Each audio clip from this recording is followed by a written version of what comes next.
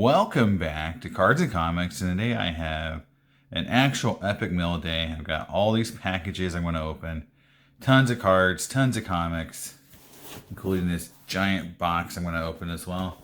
And it'll be fun. We'll also cover some current topics in the hobby and just some life updates and whatever we want to get into. So hope you want to join me, and we'll open some cards, some comics, talk about the hobby, and have some fun. And I'll see you in just a minute. Hey guys, all right, we are back. And what I have here is, we'll start with the sports cards now. I haven't had more sports cards and comics in a while, so today I do have that. And so I'm going to split them up, sports cards first, comics second. It's just like in the title here, cards and comics. And, and I will also be talking about a few things, the hobby. It's been kind of quiet. Football's taken over, and, it's kind of fun. I'm glad it's back, and my Kyler Murray collection is doing very well, so I'm very happy with that. So, all right, we'll start here with some of the more vintage cards. So, off the bat, I have here this is a Bob Skinner, and this is an autograph, so you can see right here. It is the McAllister collection. Okay, it's an autographed Bob Skinner card, and you can see it and get out a little glare here. And there you go, Bob Skinner autograph. I collect autograph Pirates, and I put together the 61 set, and then I want to also do the 60 set as well, because that's the year the Pirates won the World Series. All right, next up is a card I just picked up because I thought it was a cool card, and this is a Wally Burger 1940 play ball. And it's interesting because cards like this sell for like $30 to $40 sometimes. And when I just see like this in Gaudi's from this time period, I just kind of pick them up, because I feel like they're kind of like historical pieces now, and it's hard to get those cards. So I'll zoom in here a little bit so we can see a little easier. I don't have to fight the glare as much. So next up is a 71 O-Pee-Chee Lou Brock, and I had a deal where they had quite a few 77 O-Pee-Chees, and so I picked up the Brock and a 7. You can see it's a very nice card, or sorry, an 8. So I don't have this card. Next up is an Al Oliver, which is, almost a Hall of Famer. Very close. He was one of those players that was caught up in the 80s, late 80s, maybe even early 90s collusion with the owners, where they quit, they wouldn't pay these kind of like max veteran contracts anymore. And so I think him and Dave Parker and a few other players that, because I think Oliver had a good year before he retired. And, a few of these veteran players got froze out because they were making too much money, and the owners colluded to not sign them. And I think they got in trouble for it. So it's very interesting. The next up is a really cool card for me anyway. I just did a video about Tom Seaver a couple of weeks ago. And this is an O-Pee-Chee, and if you remember in the video, the 77 Topps was one of the harder to get Seavers, especially in a 9. And this is an O-Pee-Chee, it's an 8, but still very cool. And I was going to show everyone the back so you can kind of see.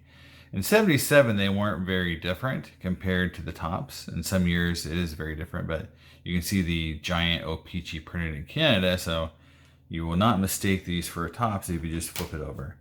And last but not least is another Tom Seaver, a 78 8.5. And again, this card was below 20, I think $30 total. So not even $40. So again, it's cool to pick up, these Hall of Famers from the 70s at a good price, because everything's so much more expensive today. Being able to buy things at a good value is very important. Next up is football, just because I want to save the next ones for last. And so here is a 2016 Platinum Tom Brady blue, and it is not numbered, I don't think. Yeah, it's not numbered on the front or back, so it's just a cool color match refractor from Platinum.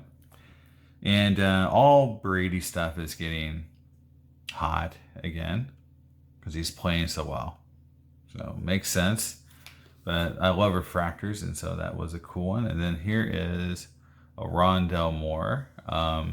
This is from Elite from this year, and it's his base rookie card. And these are some years they're numbered, but this year some players aren't numbered, I guess. And so Moore is a rookie for the Cardinals. He played for Purdue and was pretty awesome in college, and he had a great game last week. So 100 yards, I believe, on a couple catches. So he had a real long touchdown. And then last but not least is this 2021 Prestige Heroes Josh Allen. I just like this set. Just like the Marvel set in basketball, I just like the set. And so regardless of, if it's like a super duper rare card or not, I just like the set. So I like Josh Allen, so I picked it up. That's it for football. I'm not really specking on a lot of football right now. I think prices are a little crazy right now. All right, next is one of my favorite all-time autograph sets. So you've got this these epic signatures of most of the, I think it was almost every living Hall of Famer at the time. So you had, again, I had some in my last video. And I got Harmon Killebrew. This set's got everyone from modern players like Griffey and Thomas to, Ted Williams and Yogi Berra, and just, everyone's in there. It's a really cool set, and I'm really love picking up these cards. And I got the Killebrew, and I just picked up the Warren Spahn as well. So I think they're both awesome cards, and if I can get them for under $40, they're a no-brainer. There's only a few cards in the set that's a Hall of Famer that I wouldn't pay $30 for. So very nice Warren Spahn and Killebrew cards. And then next up is, what the mail day was a highlight for me, because this is one of my favorite insert sets of the 90s, and I've never pulled one. In fact, I had multiple box breaks on my channel. You can check them out where I try to pull one. I still haven't yet. So I decided, I'll just start buying them. So we'll start with kind of the easier to, or the kind of the not easier to get, but the kind of the not the famous guy. So here is Eric Milton, and these are super duper refractory. And these, remember, these are numbered out of 250. There you go, numbered out of 250, the greens. So there you go, there's Eric Milton. That's one. Next up is a player near and dear to my heart, and this is Jason Kendall. So there's number 2. So I got all these from the same dealer. So Jason Kendall. Number 3 is Eric Young of the Dodgers. And so I believe in the Leaf set, they had all the rookies and stars. They had all the young players. And so some of these, you gotta remember that it was released in multiple products. So you couldn't get the whole set out of one product. You had to buy multiple products. So I guess pretty smart of them to do.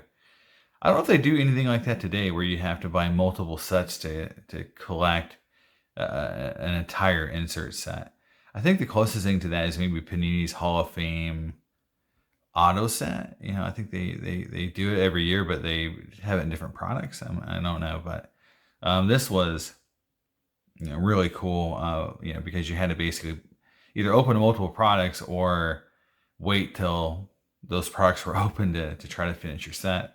So Eric Young. So that's number 3. And then next up, starting the veteran run, or you may want to say the better player. So this is Barry Larkin, and this is the Call to Arms version. And I'm not sure why they did this, other than they just wanted to have multiple chances for the same player. So they're saying, like, I think the plan was to have everyone with a base version and then a Call to Arms version. So a Griffey and then, would have been in both at some point.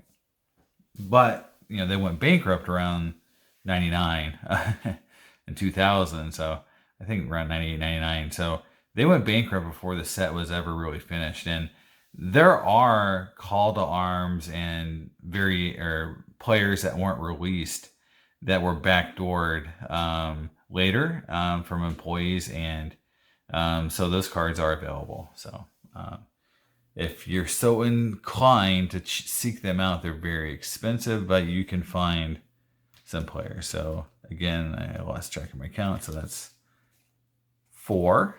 There we go, 4, and then here's number 5. And if you were to guess which one cost the most, I don't know if you would have guessed it would have been Deion Sanders, but it was Deion Sanders. Of all the cards I picked up, his was the most expensive.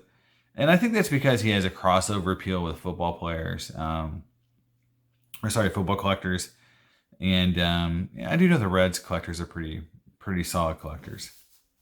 And he played for the Braves, so 2 teams that have pretty good fan base. So yeah, the Deion Sanders, you can see really, really shiny. Next up is Paul Molitor, which was kind of my favorite card in the lot, just because I was a big Molitor fan when I was watching, in the 90s, and the year they won the series, I thought was awesome. Just a fun team to watch, and he had such a renaissance in later career, and I think he would have been what I call almost the first test case for if you were to be suspicious of any player outside of that steroids era that kind of had this strange career path, it would have been Paul Molitor, because he was hurt a lot early in his career, and then all of a sudden he had these amazing years in his mid to late 30s. A lot of people attributed that to him being hurt younger, so he didn't have as much wear and tear, but I don't know. No one's really suspected him of anything. It's just he was the first player that I remember that thinking, like, wow, like, it's very weird that he's having all of his career years so late in his career, but he did. So Paul Molitor. And last but not least, this is the one that probably most people would say is the best card in the lot, the Manny Ramirez. But again, he got caught up in that steroid scandal that Molitor never was even hinted at. Another player who really kind of skated by was Ivan Rodriguez, who I think was on the Rangers at the time when they were heavily into steroids. And if anyone remembers what Pudge looked like during that time period, he was a Hulk too, just like the rest of those guys. So, I think he kind of skated by on kind of under the radar when it comes to that accusation. But Manny didn't, and I was never a huge fan of him as a player, because he's just such a head case. But I know he's got a huge following still, and I think players like him will eventually get in the Hall of Fame in some way or some form.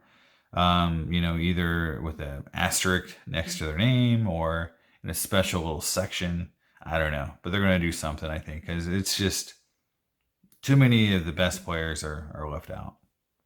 And so yeah, there it is. And so in totality, this was, I think 7 or 8. 1, 2, 3, 4, 5, 6, 7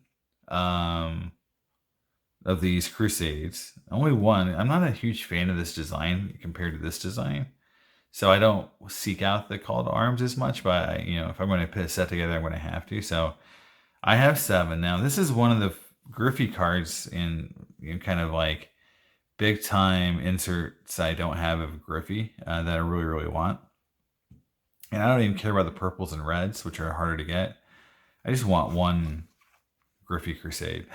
So that's on my bucket list of cards to pick up. So that's the cards. Oh, I got one more thing. Sorry, I forgot this. I'll zoom out a little bit because this is kind of big, and this is in the big box. So this is a box of 91 Stadium Club baseball. Now, like it's an interesting product for me to buy because there's nothing really to chase in this product, and so like why would you even waste time getting it? I'll show you what the packs look like. You can see there's the packs.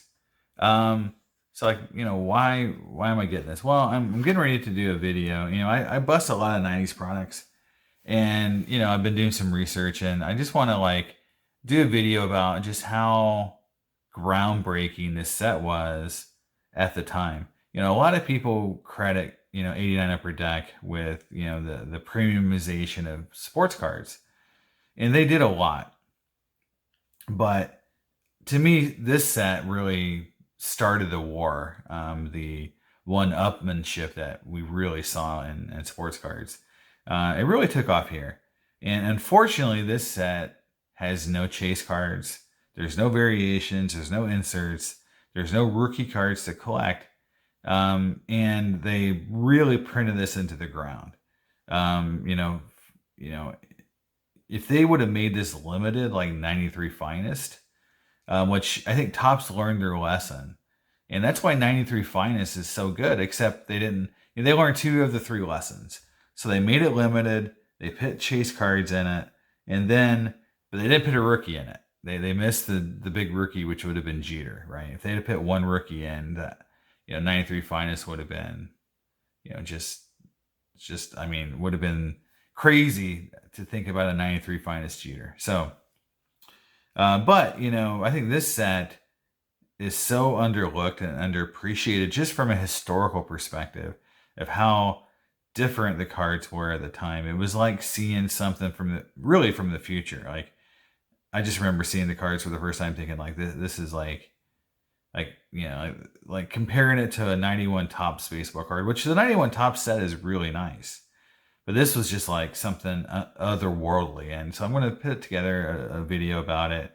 And then I'm going to bust this box on there so everyone can see how cool the cards are. And I'm going to look at pop reports to see if there's any craziness in pops out there. I've never really looked at pop report or prices for the set to see if there's anything out there worth chasing or collecting. So, but I remember a lot of the cards because I put this set together from packs as a kid. I love this set when I was growing up. So it was right in my real wheelhouse of collecting back in the day. All right, so on to comic books. And so the first set of comic books I'm going to go through is from one source, and it's a new vendor, and I've never bought from before. And it is Elite Comics, and I believe they're located right in my old home state of Indiana. And, I will say this. These were the best packaged comic books I have ever received. From the fact that the most expensive book was in its own top loader. Okay. And the fact that they used high quality sleeves, high quality boards, everything was super packed well. It's just these guys really, really went above and beyond. And it was my first order, and I was super happy. I quit ordering comics from Another World and some of the Midtown because they were always damaged. And even if it was like one out of every 3 books, so to speak, it was still super annoying to have to deal with books that were damaged. And and it just made me not want to buy books online. eBay is one thing. I felt like the eBay sellers could figure out how to ship books, but Midtown and these other guys couldn't. Elite Comics, these guys know how to ship stuff. It gets to you in good shape. I have no complaints. So the first one is Fear State Alpha, Batman Fear State Alpha #1. It's the Zerdy trade variant. So this is the trade variant. So obviously that means that there is a Virgin variant of this, because they wouldn't highlight that it's a trade variant if there wasn't another variant that was the Virgin. And I love the cover. So let's just see it a little more detail. A little glary. I'm trying to figure out. There we go. How not to make it so glary. But it's a beautiful cover. It's not my favorite of the Fear State Alpha covers.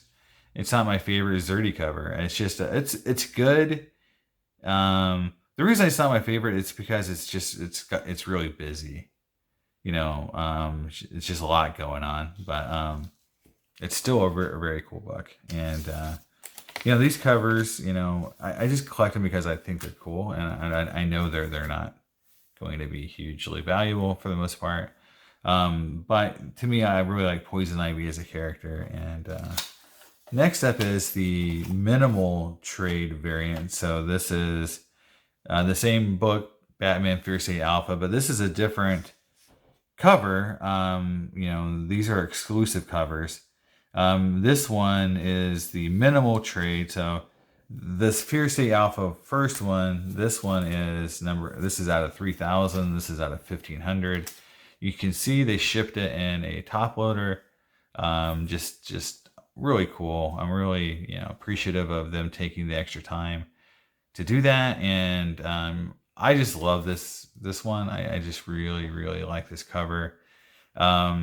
It's by far, I think, the best of the lot in terms of this, the Zerdy covers from this issue, and love it. This is the Jen Cohen trade variant of Harley Quinn, based on the animated series. So this is the Eat, Bang, Kill tour. I think this is awesome because I'm just going through that series right now, and it's such a good series. I mean, why can't the comic books write?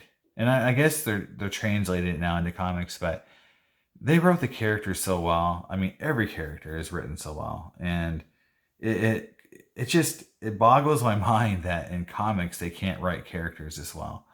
But in an animated TV show that should suck, in theory, they've got it right, and they made the relationship between Harley and Ivy very organic.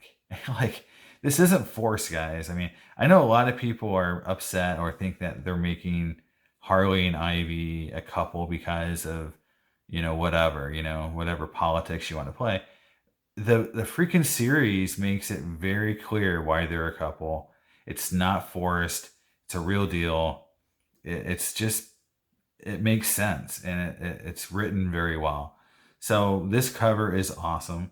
It's completely in keeping of that whole series, and I love it. And I feel like we should embrace this kind of writing in a book or in a series or anywhere in our comic book universe, when they can write the two characters and have a love story that is awesome. And I don't care if it's a man and a woman and a woman, or a guy and a guy. If it's written that well, I'm all for it. And this was amazing, and I'm glad it's getting some love in comic book format. Finally, from the Elite Comics order is the McFarlane variant of the King Spawn 1. Now, there's another version of this book, and if you're paying attention to this whole thing, you know what it is. It is the autographed. It's kind of like a white version of this book, not this blackish cover of this book, and it's autographed by McFarlane. I think it's numbered out of 1697. They're going for like $1,000 on eBay already. I think they're going to probably come down quite a bit eventually, but that's what it is. What it is. I mean, I get it. People love McFarlane. They love his artwork. They love Spawn, and they want the autograph, and that's fine. I think I'll wait and see what it hits before I even look at buying something like that. Next up in the comic book universe is Marvel Zombies #1, or Ultimate Fantastic 421, which is the first appearance of the Marvel Zombies. a really nice copy of this book. I really appreciate the seller actually sending a nice copy, because this got hot after the episode of What If on Disney Plus, and they've confirmed that they are going to expand the zombies universe. It just makes sense. What was funny to me about the Marvel zombies is how Marvel kind of denied their existence for a little bit. Like they did the series; it was hugely popular. They did like I think two or three more versions of it, and they kind of didn't have good stories to go with. The first one was a good story, and then they kind of ran out of good stories. It got just kind of about covers at some point, and then they kind of just buried it. I remember in one of the Marvel Premiere card sets, some of the artists were saying that they couldn't draw zombies. That was one of the edicts from Marvel, is there couldn't be any zombie versions of any of the characters. And I felt like that was kind of stupid because, like those are always cool versions of the character. Why can't we get the zombie versions? Because they're cool. Why there could have been a whole subset in Marvel Premiere of zombies or alternate versions of characters that exist in the Marvel universe. But Marvel is very picky about this kind of crap. So we didn't get the zombies in any other format. They've been kind of downplaying them, and then all of a sudden they're embracing them now because I think they realize zombies are cool. Like, really, The Walking Dead's been out for how many years? So I don't know. I feel like Marvel is one of those companies that's always behind a little bit on what's cool, and when they finally get around to it, they kind of do it big, but whatever. I'm just glad we're getting it now. So next up is, I think, one of the coolest books. It's one of the hottest books right now. It is Iron Man 12. It's the 10th anniversary of Miles celebration, and this is the Raza variant, which is basically a DJ version of Miles. It's going to be iconic, guys. I mean, let's just not kid ourselves. It doesn't matter if it's not that rare, because it's not really that rare. But a lot of the comic books that have value aren't that rare. It's just something that it's very iconic looking already. It's got great coloring. It's got a cool photo or picture. It's got all the elements of a book that's going to continue to increase in price. It's already selling around $20. And the 90's are going to keep going up in value. I think they're over $100 right now. I would say, if you can get 2 or 3 copies of it, I've got one. I'm probably going to look to get a couple more just to have them. It's as safe a bet, a speculation on a book as you can get. It's just, covers like this happen, and then people, are surprised in 5 years when that's $100 book, and they're like, why? That wasn't that rare. Well, it's very popular. Next up is some books I picked up on my LCS, from Monster Stash in Wilton, New York, my local comic book store. So these are all just some variants that were there, or some books I just liked. So this is Batman Secret Files Huntress 1, the Federici variant. Not a super rare variant, but I just like the art on it. I like the just kind of how they did it, very gray and like almost monochrome. So a cool variant, not huge right now, but again, it's just fun to have some of these cooler looking covers. And this one is a Infinite Frontier number 3, and this is a connecting cover from Hitch, and again, good artwork, and I would love to see it completed with the other variant. This is Batman Urban Legends number 5. I just picked it up because I wanted to read it more than anything, not a variant. Next up is a variant cover that I think a lot of people like. It's not super rare, but it is the Black, White, and Blood number 2. It's the second printing. It's the HOTS variant. It's just really cool. This is like a shark version of of Carnage. So can't get any more weird or cool than that. And really cool book. Second printing, obviously. It's not super expensive, but it's just one of those cooler, fun books. Here's the Lao variant Vampirella number 23. There's a version variant of this as well, and that brings more money than this, but obviously for cheesecake and people looking for these covers like this, Lau is a great artist for you, and it's a cool book. And I picked it up just because, again, these were all cover price, and so I didn't feel like they were risky. The last of the LCS pickups is Swamp Thing number 7, the cardstock or B cover variant. I like Swamp Thing, and I just think this was a cool cover, and I liked it, and I bought it. And again, cover price for some of these books is cool to pay. Next up is, sometimes you learn things, and something I don't really understand why I didn't really get this before, but these Marvel Tales books here that I'm going to start buying and showing off is, a lot of these have a McFarlane cover. So this is, a 90's McFarlane doing X-Men and Spider-Man very awesomely, and putting his little, Spider-Man logo on there. I mean, it's just awesome. These books sell for fractions of what his ASM run is selling for right now. And there's some better covers in this than there are in that ASM series. So this is a cheap series to get. It's 90's original McFarlane art and covers, featuring a lot of heroes like the X-Men and Spider-Man. And I'm going to keep picking them up because they're cheap and they're awesome. And I didn't realize they existed before. So I learn new things all the time, like everyone else. Next up is, and this is what's really cool. I like that they did this. So Marvel did do something cool here.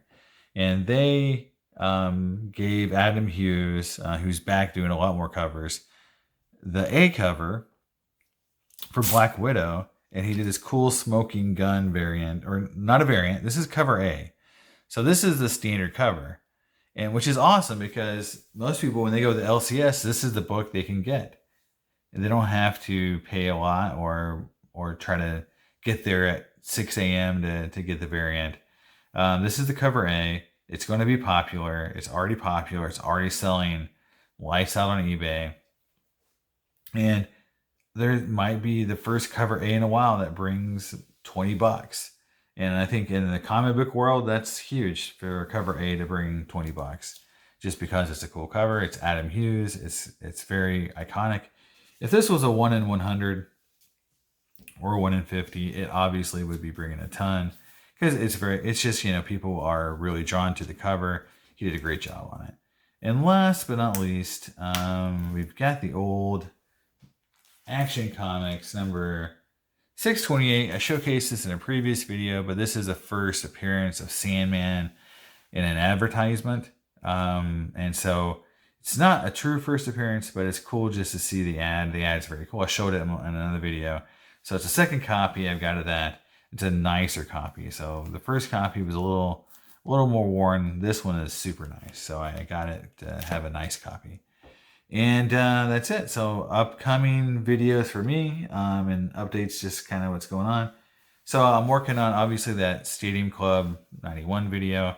I also have a video I'm working on where I use vintage car prices for most of my analysis when I look at card pricing. They have a lot of modern cards too, and a lot of people don't realize that.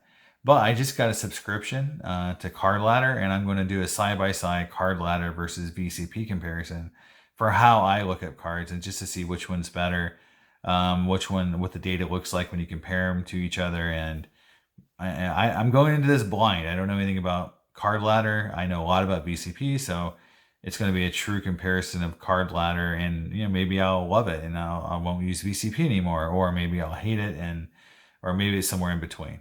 I don't know, but it's going to be an honest opinion of Card Ladder versus VCP.